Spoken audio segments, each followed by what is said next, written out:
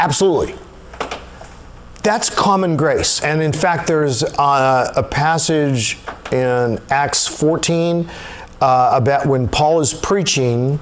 We're going to get to it, where he says that God has given, and he's preaching to unbelievers, it's God that has given you food and happiness, which I think is, that's that common grace. I mean, that doctrine, man, I love the doctrine of common grace. And I would say there's lots of treatments of both Arminian and Calvinist theologians, I'm sure, on common grace.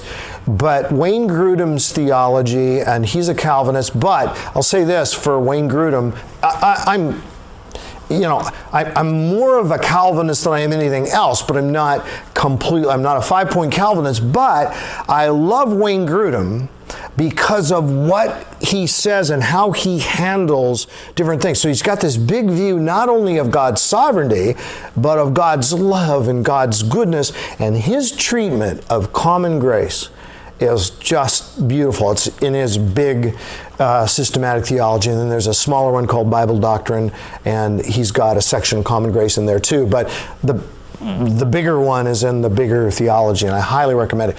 But the idea is that God sends his rain and his sun on the good and the evil. Remember when Jesus said that? That's common grace. In other words, he doesn't withhold a good thing from you just because you're not a believer. So the unbeliever is not saved, but the unbeliever can be very happy.